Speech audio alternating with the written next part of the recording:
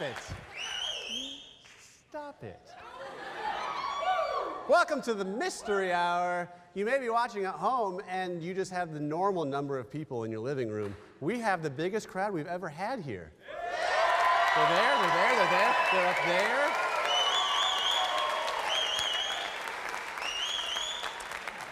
Also, we have a great show for you guys tonight. Paul Scheer is here from the lead NTF SV SUV. How did this get made? Everything. We also have the music of D. Clay. They're great. We are also filmed in downtown Springfield, and we made a great video about downtown. Check it out. What if I told you that you could work in an environment with dining options, health clubs, and coffee shops? You can in downtown Springfield.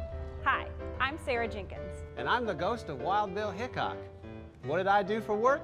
I pursued vigilante justice with nothing but a horse and a six-shooter. Well, yeah, your blog is cute, whatever that is. With plenty of parking, amazing lunch options, and friendly people, working downtown is like no other. Only downtown can you pull out your laptop at a coffee shop, have a meeting in a beautiful office space, grab lunch at an excellent restaurant, and take in the unique collaborative spirit you can't find anywhere else. I once collaborated with a posse to chase a horse thief across 6 states. But yeah, your Wi-Fi is slow, must be a real hassle. Wild Bill Hickok, man.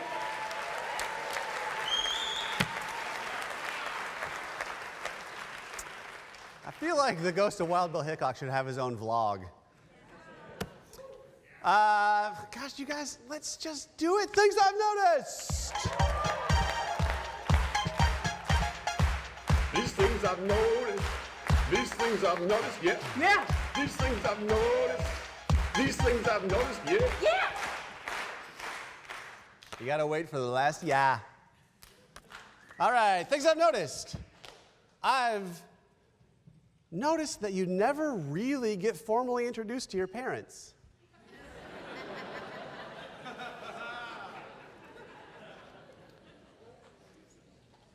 I've noticed that my doctor has a basket of apples for his patients in his waiting room. Not a great business model.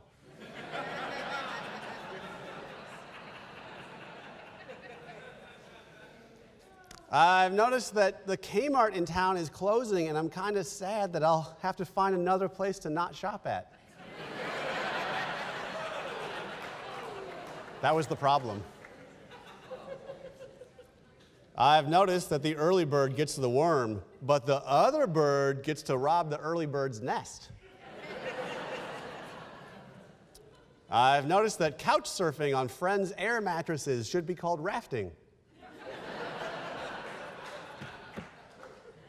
And finally, I've noticed that it's fun to go to a coffee shop and play youth pastor or just a friendly hipster guy.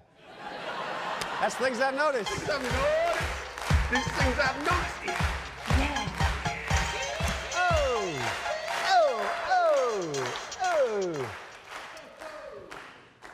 Hey, one of the things actually that we've noticed is that there's a lot of stories in the media about millennials.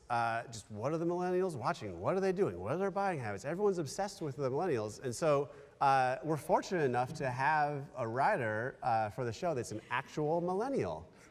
Chance is here, he's a millennial. And then we have Chad, who's an actual non-millennial. And so we're going to dive into this and kind of learn some more. So Chad? Let's start with how you were brought up. Oh, sure. It's pretty simple. I was raised to call my dad sir. If I broke the rules, I was spanked. And I love to come home after soccer practice and watch Bill Cosby on TV doing pudding pop commercials. Put the pudding in the pop. Pudding. Yeah, I was raised to call my dad Ryan. And anytime I got in trouble, I just got a pat on the back and was told to do better next time. And anytime we lost a soccer game, I was just given a participation trophy. And also, I've been told I should avoid Bill Cosby.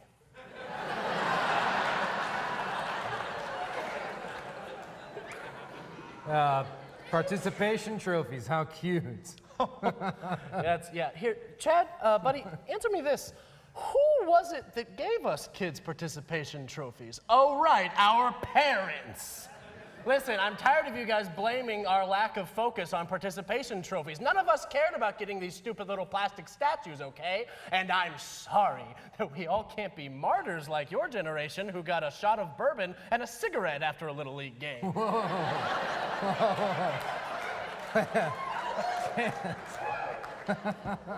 We couldn't afford bourbon. No. Mom used to take Schlitz beer and pour it over Mr. T cereal, and we'd eat that. It was like a post-afternoon snack. They put hair on my chest.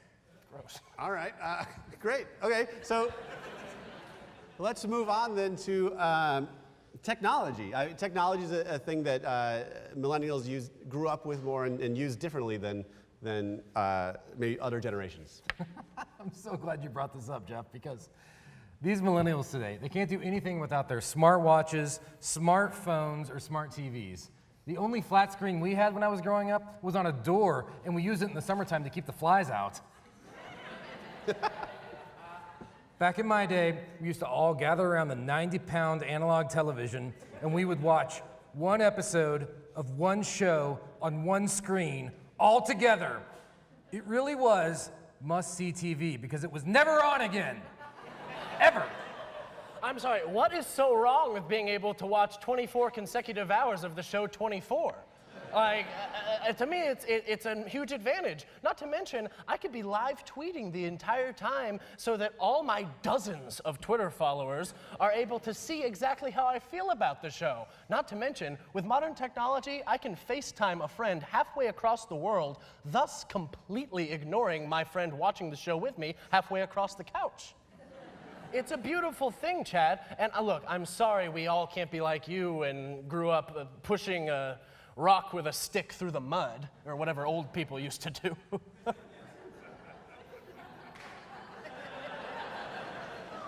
How'd you know about the stick? Oh. For my first 10 birthdays, my grandfather got me exclusively sticks and rocks. Hey, all right, it seems like, okay, we found some common ground here. This is good. Oh, look, Jeff, I'm sure there's plenty of things that are going to unite us, but I think at its core, what makes my generation different than others is we're all about acquiring experiences rather than making money. You know, it's a great experience coming home from work and paying the bills. Well, it'll be pretty hard to enjoy coming home to a house I can't even own because your generation crashed the housing market. That wasn't us, that was the baby boomers.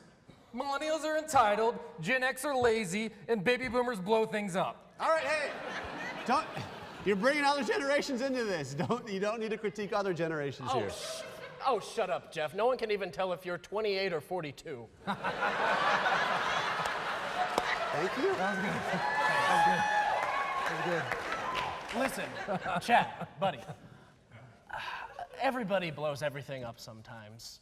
Everybody's entitled and everybody gets a little lazy every now and then. But that doesn't mean anything has to separate us. It's true. I'm starting to realize now that painting people with broad brushstrokes really doesn't get us ahead, whether you're young or old. That's right, buddy. And I think we both can agree on this. The real enemy here is toddlers. All right, there you have it. Good job, millennial, not millennial. We'll be back with Paul Scheer. That comedy bit brought to you by Bush, Ramlow, and Shore, CPAs, accountants. Funny.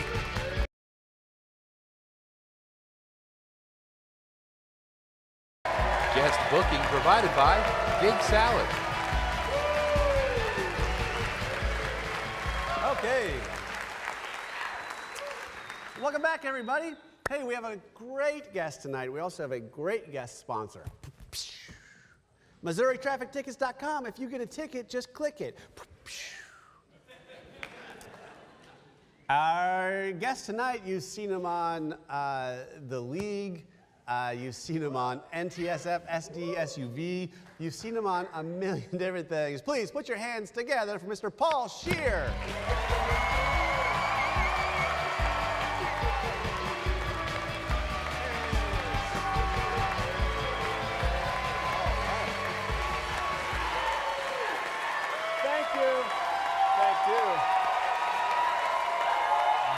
exciting to be here. This is awesome. Wow. This is the reason I only do talk shows exclusively in the Midwest. Great. The best. I live my life by one simple rule. If you ask me to come to Springfield, I do. That's it. At any point, anyone can ask me that question, and I just say yes, and I go. And It does not work out great all the time, yeah. It's a different Springfield sometimes. It becomes awkward for me, yeah. And you've never been here before, so no one's just asked. That was the that's problem. it. If you just ask me, I will go. I have 2 children at home. Ask me to go anywhere. I'm going. I don't have to change diapers for 12 hours. Get me there. I have to drive, no problem. It's not so much going to a place as it is leaving a stinky place. Yeah, exactly. Yeah. So, but thanks so much for coming. Everyone's pleasure. so excited that you came out. And we had lunch today. And Yes, we did. And I don't know if you would say this. I feel like, oh, I've just known you for a while and we're friends. Yeah, I felt a very kindred relationship. But do you feel Now that? we have to, then we'll get into a big fight by the end of this interview, and then our relationship will be destroyed forever. We'll look back on it and be, what happened? Where did it all go wrong? I know. Well, just the course of a whole relationship in a It few just started minutes. at that lunch, and by 11 o'clock, it was all over between them. But I imagine that people feel that way with you because you have your podcast, Yeah. and people just, I imagine, feel familiar with you. You're just such Well, a familiar guy. It's a weird thing to be in someone's ear, like with a podcast or like a radio thing, because you just, they're in your head. You're not Yeah. seeing them, so then you have this like real attachment to it. I know that whenever I listen to the radio and I listen to like certain people, when I see them, I'm disappointed. I'm like, oh, you're not how I pictured you. Right. Like, you're not like the character in my mind. And like, so there's a thing. I mean, luckily, I think hopefully people know what we look like. Maybe they don't. I don't know. I hope I didn't disappoint anybody tonight. You thought I was gonna have a giant mustache, come out here in a cowboy hat, you know, on a miniature pony. That's how you envisioned me from the podcast. A miniature pony. A miniature pony, a classier pony. It's not. Look, I can ride a regular pony, Anyone. but that's for the rich people.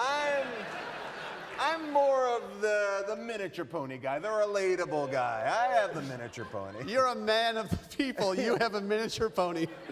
Exactly. You're not going to flaunt your pony. I'm not gonna be like, I got a pony. I got a miniature one. It's cute. It's like driving a Mini Cooper. It's like a kind of a sports car, but it's kind of not. You can't be mad at me. It's an affordable pony. Eats half the hay, eats half the oats. Easier to clean up after. It's a very, look, if you guys want to get into the miniature pony business, talk to me. What's your favorite thing about miniature ponies? Well, I gotta say, you can name them human names and they don't mind it. You Like name a regular pony. They're kind of uppity. Yeah, a regular pony you gotta name Sparkles. But a miniature pony, you could call him Herman and he's fine with it. Mark! Mark, get over here. Bum, ba, bum, bum. No, there really isn't so much difference, I would imagine, between LA and here. I feel like you guys have a very vibrant, social scene. I was here last night at 11 o'clock at night. People were going out to clubs on a Thursday. You don't get that in LA. LA people are, they're home. People are going out, you got expensive smoothies, check. That's a thing that happens in LA. Got that. You got like 10 coffee shops in a 4-block radius. Yes. Boom. Check it off. Everything, it's pretty identical. It's true. It's just like LA. It's the LA of the Midwest.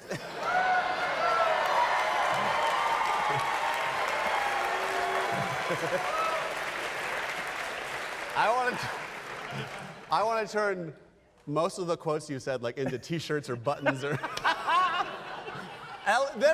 We'll get it made. LA of the Midwest, Paul Scheer. Yeah, LA, yeah. We're gonna make it and send it to you. And me on a miniature pony tipping my hat.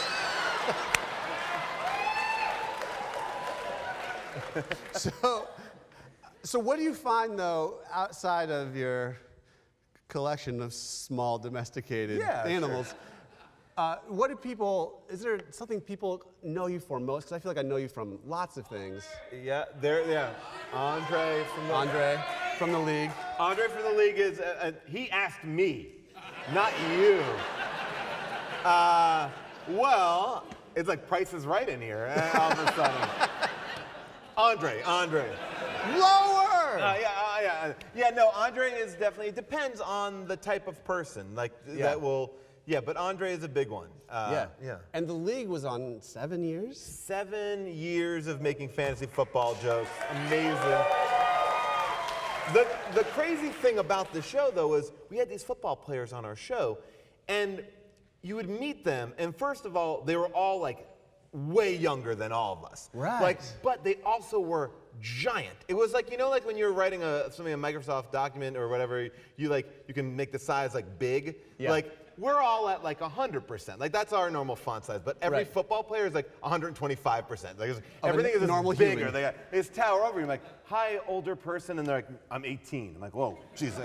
They were all right. Because you still have that, I think we all still have that little kid thing. It's Oh, yeah. If you're big, you're older. Yeah, if you're bigger, if I'm looking up to you, you're older than me. And they're I could just drink as of yesterday.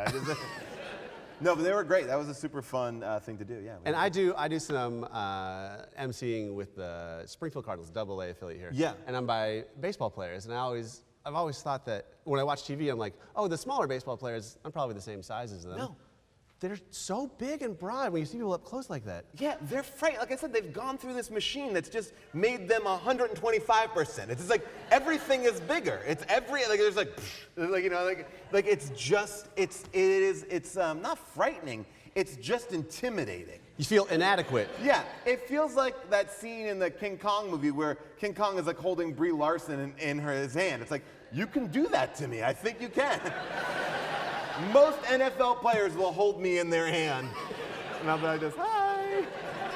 You're the miniature pony to NFL players. They ride me around, yeah. It keeps them grounded. Yes. But like a guy like J.J. Watt, right? Amazing player. J.J. Watt, we were shooting, and we were, doing our normal day of shooting. He's like, hey, man, we're gonna take a break for a little bit, and we're like, well, we have lunch. He's like, great. Then he disappeared, went to the gym to get a workout in 30 minutes, found a gym, and then went to it. Was not from that area. It was we weren't even in the area that we normally shoot. He's like, I got a gym, boom. And he went off and came back even bigger. Well, we appreciate you coming here and finding a late night talk show. That's all the time we got. Please give it up for Paul Scheer.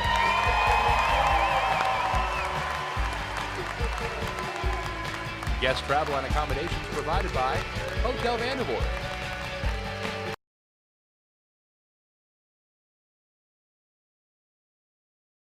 Musical guest brought to you by Bryan Properties. Welcome back, everybody. Our guest tonight, our musical guest tonight, is a band called D. Clay. Give it up for D. Clay.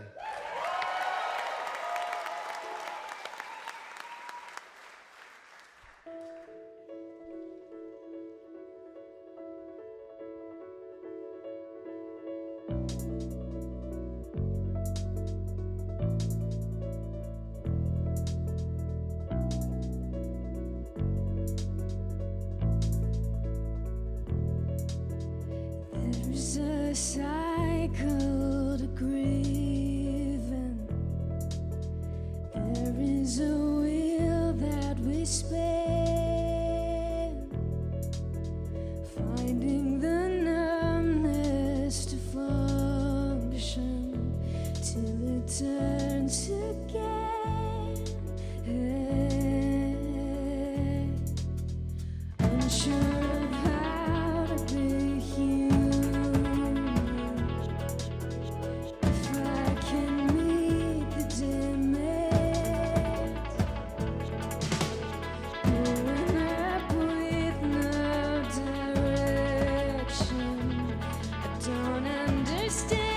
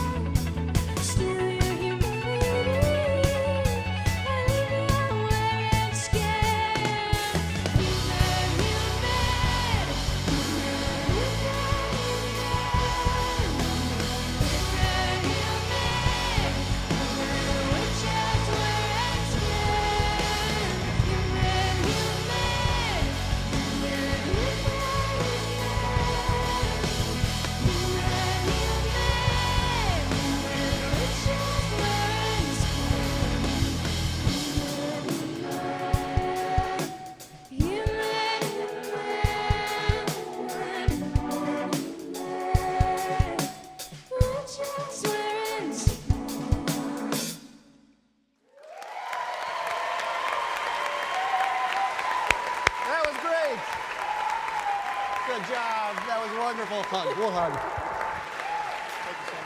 Good job, guys. That was great. D. Clay. That's our show. 10% of our box office proceeds goes to the Queen City Beard and Mustache Foundation Federation. I don't remember, but I love them. We'll be back next week. See you guys.